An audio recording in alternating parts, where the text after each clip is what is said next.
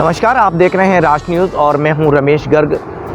रोजगार की तलाश में विदेश गए सुरेश जटिया का जीवन नर्क बन गया, लेकिन आखिरकार उसे किस तरह से भारत लाया जा रहा है, किस तरह से नए जीवन की उम्मीद जगी है और न जाने सुरेश जटिया जैसे कितने ऐसे लोग हैं जो रोजगार की तलाश में यहाँ जाते तो हैं लेकिन कबूतरबाजी के फेर में फंस जाते हैं।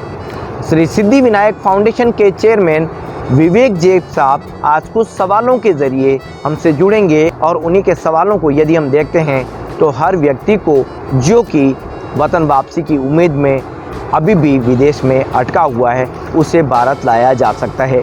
इस फाउंडेशन की क्या थ्योरी है, किस तरह से यह फाउंडेशन लोगों को अपने नए जीवन के प्रयासरत हमेशा ही देखा जाता है और टीम किस तरह से काम करती है और सुरेश जटिया के मामले में क्या क्या हुआ, किस तरह से उसे भारत लाया जा रहा है, कैसे उसकी बकाया राशि जमा हो पाई है, ये सभी बातें जानेंगे। लेकिन बता दें कि Shri Siddhi Vinayak foundation India take over के बाद जिस तरह के प्रयास टीम के द्वारा किए जा रहे हैं वे बेहद सराहनीय हैं। श्री सिद्धि विनायक फाउंडेशन इंडिया के तहत हर कोई व्यक्ति जुड़कर अपना नया जीवन पा सकता है। इसके लिए फाउंडेशन की जो वेबसाइट है उस पर भी आप सर्च कर सकते हैं। विवेक जेब साहब से आप सीधे टेलीफोनिक भी जुड़ सकते हैं। तो बिना देरी किए सुरेश जटिया के मामले में हम एक एक सवाल से विवेक जेब साहब से आपको रूबरू करवाते हैं। ये जान के बहुत खुशी हुई कि आपने 1 मई को SSVF फाउंडेशन ज्वाइन किया है, जो कि सामाजिक कार्यों में पीड़ित और व्यक्तियों के लिए बहुत सहायता कर रहे हैं। तो इस बारे में आप क्या बताना चाहेंगे कुछ विस्तार से? नहीं, 1 मई 2024 को ऑफिशियली मैंने इसको टेकअप किया है। जो SSVF जो फाउंडेशन है, जो फॉरेन में जो NRI PIOs करीब 3 करोड़ 50 लाख के करीब जो पूरे वर्ल्ड में अलग अलग देशों में बसे हुए भारतीय है, उनमें कई तरह की प्रॉब्लम्स उनके आते हैं। क्योंकि ये सब मैंने अपने डायरेक्टर इंडियन डायस्पोरा का मैंने 5 साल काम देखा है, मुझे उनकी प्रॉब्लम्स का अंदाज़ा है।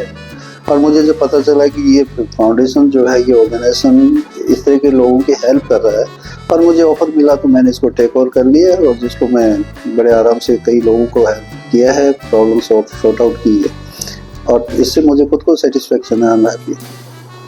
धन्यवाद सर। एक सऊदी अरब में सुरेश जटिया जो कि काफी ज्यादा वहाँ परेशान थे, उनकी मदद आपने की, तो उस बारे में पूछना था कि सऊदी अरब में काम कर रहे सुरेश जटिया के संबंध में क्या अपडेट है और अपनी फाउंडेशन SSVF के प्रयास से अब तक क्या प्रक्रिया पूरी कर ली? नहीं, जैसे कि मैंने आपको बताऊं कि हमारे काफ़ी लोग हैं जो इस ऑर्गेनाइजेशन से जुड़े हैं, जिनमें से एक लीलाधर शर्मा उदयपुर में है और बड़ा एक्टिव मेंबर है, बड़ा ऐसी तरह की सोशली काफ़ी उसके लिंक हैं, वो समाज से जुड़ा हुआ है, समाज की हेल्प करता रहता है। कई तरह के से पासपोर्ट ऑफिसर था तब भी उसने काफ़ी काम जो है उसने किए हैं वहाँ पे, उसके सब लोग उसको जानते हैं वहाँ पे।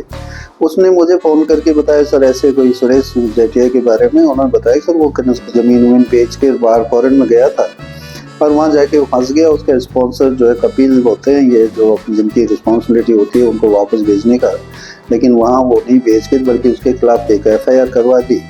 जो मुझे इंडियन एम्बेसी के ऑफिसर BS मीना है वहाँ पे, जो अपने राजस्थान के रहने वाले हैं, उन्होंने मुझे बताया कि पेनल्टी इसको 20,000 रियाल जो भारतीय रुपये के इक्विवेलेंट सिर्फ 4,40,000 कुछ बनते हैं आज की रेट में, वो उसकी पेनल्टी लगी हुई है। तो उसको जो है जब तक वो जमा नहीं कराएंगे जब तक उसको परमिशन नहीं मिलेगी कंट्री छोड़ने की।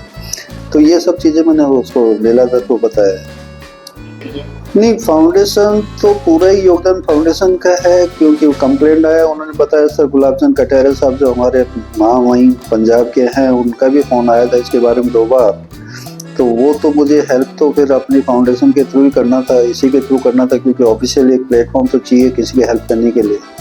तो इसके लिए मैंने एम्बेसी के ऑफिसर्स को बोला और उनको कहा कि भाई इसको सेफली रिटर्न इंडिया भेजने का जो भी है वो करो इसका। तो उन्होंने जब ये बताया कि 20,000 जमा नहीं करेंगे जब तक उसका आना मुश्किल है, तो ये मैंने जब LD शर्मा को बताया, LD शर्मा ने अपने कुछ परमानेंट लोग जो है वहाँ के जो हेल्प समाज के कुछ लोग गरीब लोगों की हेल्प करने के लिए तैयार रहते हैं, उन लोगों ने उससे पैसा ये 4,40,000 के इक्विवेलेंट 20,000 रियाल के इक्विवेलेंट पैसा इकट्ठा किया और वो सऊदी गवर्नमेंट के लेबर कोर्ट में जमा करवा दिया। जमा करवाने के बाद मैंने एम्बेसी ऑफिसर्स को कहा है कि भैया उसका जो भी रिक्वायर्ड डॉक्यूमेंट्स है ट्रैवल करने के लिए वो सब तैयार कीजिए। धन्यवाद सर। सर एक सुरेश जाटिया जो कि 4 साल से फंसा हुआ है और एक दिन उसको वहाँ बिताना मुश्किल है, तो अपन क्या सोचते हैं कि वो कब तक आ जाएगा सर, इसके लिए आपके प्रयास? नहीं, अब तो आ ही गया, अब तो उसके सारे काम एम्बेसी वाले। हाँ, एक थोड़ी सी प्रॉब्लम ये आ रही थी कि 4,40,000 जो पैसा जमा हुआ वो तो एक कोर्ट ऑर्डर की कंप्लाइंस में है कि उसको पूरा किया है, एनओसी लेने के लिए किया है कि अब वो सऊदी गवर्नमेंट उसको अलाउ कर दे ट्रैवल करने के लिए। लेकिन उसके अलावा भी एग्जिट वीज़ा है, एमरजेंसी सर्टिफिकेट है ट्रैवल करने के लिए, दूसरा उसका एयर टिकट का भी है। तो उसके लिए मेरे को बताया गया है कि सर आप एम्बेसी वालों को कहकर ये सब उनका एक्सपेंसेस जो है एम्बेसी से करवाइए।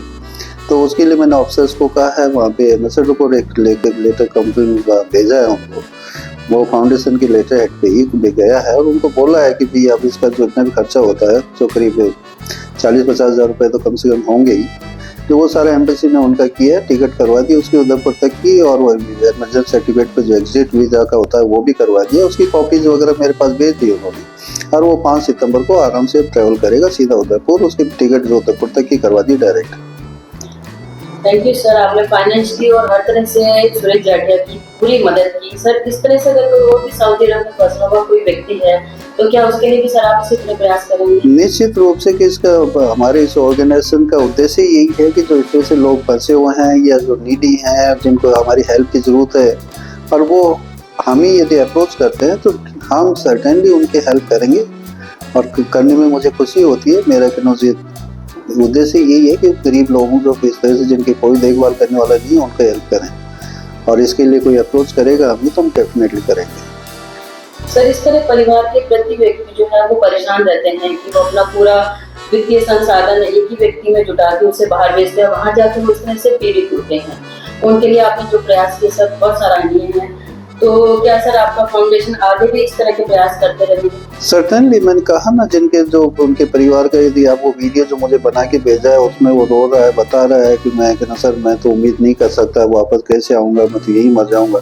और उनके परिवार वाले इस बात को लेके रो रहे हैं, कह रहे हैं सब वो मिल रहे हैं वहाँ पे, गुलाब जी से मिल रहे हैं, वो MLA साहब वगैरह जो है मिस्टर डागी उनसे मिल रहे हैं, तो लोगों से मिल रहे हैं और उनको बता रहे हैं कि तो हेल्प करने के लिए, तभी तो मेरे तक पहुँचा, अपने संस्था तक पहुँचा। यहाँ पे जब मेरे पास आया तब मैंने टेकअप किया, आज उसकी सेफली रिटर्न आ रहा है, तो उसके परिवार वाले तो बहुत खुश हैं। सुरेश का फोन आया था मेरे पास, वो भी बहुत खुश है। उसके परिवार वाले सोच के कि अब आ जाएगा, आखिरकार बेटा हमारे घर आ रहा है, पति का हस्बैंड घर आ रहा है, बच्चों का बाप घर आ रहा है, तो परिवार वाले खुश होंगे ही होंगे। धन्यवाद सर। सर विदेशों में रहते हुए भी आपने सामाजिक, आर्थिक और हर तरह से व्यक्तियों की मदद की जितना आपसे हो बड़ा, और सर आगे भी हम उम्मीद करते हैं आप इस तरह से प्रयास करते रहेंगे। Thank you sir. Thank you, thank you.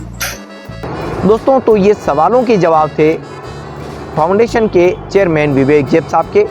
लेकिन क्या भारत का हर नागरिक विदेश में रोजगार की तलाश में जाने के दौरान फंस जाता है तो उसे वतन वापसी संभव है? अपनी प्रतिक्रिया चैनल के कमेंट बॉक्स में ज़रूर दीजिए। एक नए कंटेंट के साथ फिर आपसे जुड़ेंगे। सुरेश की वतन वापसी तो हुई है, लेकिन सुरेश जैसे अन्य कई लोग हैं उनको अभी भी वतन वापसी करना है। आप इस मामले को लेकर क्या सोचते हैं? चैनल के कमेंट बॉक्स में अपनी राय ज़रूर दीजिए। एक नए कंटेंट के साथ फिर आपसे मुलाकात होगी, तब तक के लिए धन्यवाद।